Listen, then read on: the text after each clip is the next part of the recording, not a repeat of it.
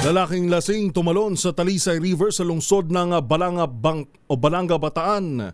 Bangkay bangkay na ng matagpuan kahapon. Alamin natin ang update mula kay RH37 Danny Kumilang. Danny. Magandang umaga, Pilipinas!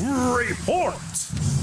Wala ng buhay ng may ahon ng matagpuan sa Talisay River ang isang lalaki na nalunod nang tumalon matapos na makipag-inuman ito sa kanyang mga kaibigan. Ayon sa ulat, habang nakikipag-inuman umano itong biktima na kinilala sa alias Roberto sa Phase 3, Barangay Talisay alas 3 ng hapon ng araw ng Sabado sa kanyang mga kaibigan, naisipan itong biktima na tumalon sa nasabing river, subalit hindi na ito nagawa pang lumutang.